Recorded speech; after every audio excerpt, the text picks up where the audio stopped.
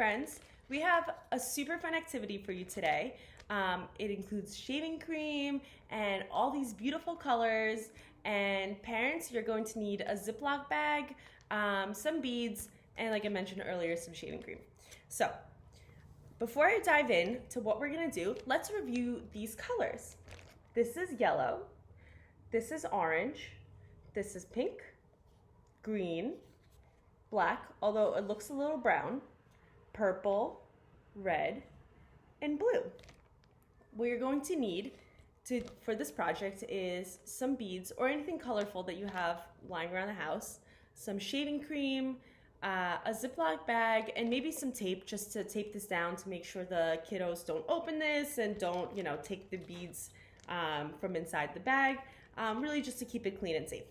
So I already filled up the bag with the beads, and the goal of this project is to match the beads with the corresponding color. See, already I have green beads here, and we're going to use our fine motor skills to match the yellow bead. Gravity, you're working against me here. The yellow bead to the yellow circle. Continue doing this until you match all the beads to the correct corresponding color. This is a fun sensory activity. This is great for fine motor skills. You can work on your tripod grasp by manipulating the beads to the right color. And it takes a while to complete all of this. So this should keep the little ones entertained for quite a bit. And when you are done with that, I have a new story to read. It is called Cordery. Let's see what this book is about. Story and pictures by Dan Freeman. Cordery is a bear who once lived in the toy department of a big store. Day after day, he waited with all the other animals and dolls for somebody to come along and take him home. There he is. The store was always filled with shoppers buying all sorts of things, but no one ever seemed to want a small bear in green overalls. Then one morning, a little girl stopped and looked straight into Cordery's bright eyes. "Oh, Mommy," she said, "look, there's the very bear I've always wanted." "Not today, dear," the mother had sighed. "I've spent too much already. Besides, he doesn't even look new. He's lost a button and one of his shoulder straps." See, friends? No button, and he lost a shoulder strap. Cordery watched them sadly as they walked away. "I didn't know I'd lost a button," he said to himself. "Tonight I'm going to go see if I can find it." Late that evening, when all the other shoppers had gone and the doors were shut and locked, Cordery climbed down from his shelf and he began searching everywhere on the floor for his lost button. Finally, he felt the floor moving under him. Quite by accident, he had stepped onto an escalator and up he went. Could this be a mountain, he wondered? I think I've always wanted to climb a mountain. He stepped off the escalator as it reached the next floor, and there, before his eyes, was the most amazing sight. Tables and chairs and lamps and sofas and rows of beds. This must be a palace, Cordery gasped. I've always wanted to live in a palace. Wow, friends, look at all of these beds.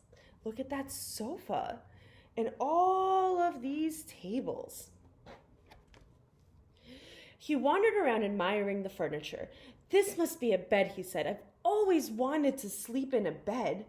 And he crawled up the large, thick mattress, and all at once he saw something small and round. "Why, here's my button," he cried, and he tried to pick it up, but like all the other buttons on the mattress, it was tied down super tight. He yanked and pulled with both paws until, pop! It came off the button and the mattress Cordery toppled. Bang! Banged onto a tall floor lamp. He banged his head onto a tall floor lamp. And over it fell. Crash! Cordery didn't know, but there was someone else walking around the store. The night watchman was going his rounds on the floor above. When he heard the crash, he came dashing down the escalator. Now, who in the world did that? He explained. Somebody must be hiding here. He flashed his light under and over the sofas and beds until he came to the biggest bed of all, and there he saw two fuzzy brown ears sticking up from the cover. Hello, he said. How did you get up the stairs? The watchman tucked Corduroy under his arm and carried him down the escalator. He set him on the shelf in the toy department with the other animals and dolls. Corduroy was just waking up when the first customers came into the store. There, looking at him with a wide, warm smile, was the same little girl he'd seen the day before. I'm Lisa, she said, and you're going to be my very own bear. Last night I counted what I had saved in my piggy bank, and my mother said I could bring you home. Shall I put him in a box for you? Asked the saleslady. Oh, no thank you, Lisa answered, and she carried Corduroy in her arms. She ran all the way up the 4 flights of stairs into her family apartment and straight to her own room.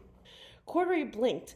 There was a chair and a chest of drawers, and alongside a girl-sized bed stood a little bed, just the right size for him. The room was small, nothing like that enormous palace in the department store. This must be home, he said. I've always wanted a home. Lisa sat down with Corduroy on her lap and began to sew a button on his overalls.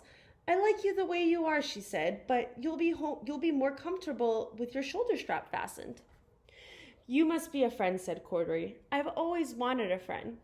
Me too, said Lisa, and gave him a big, big hug. All right, friends, I hope you enjoyed the activity and the story, and I really hope to see you soon. Bye!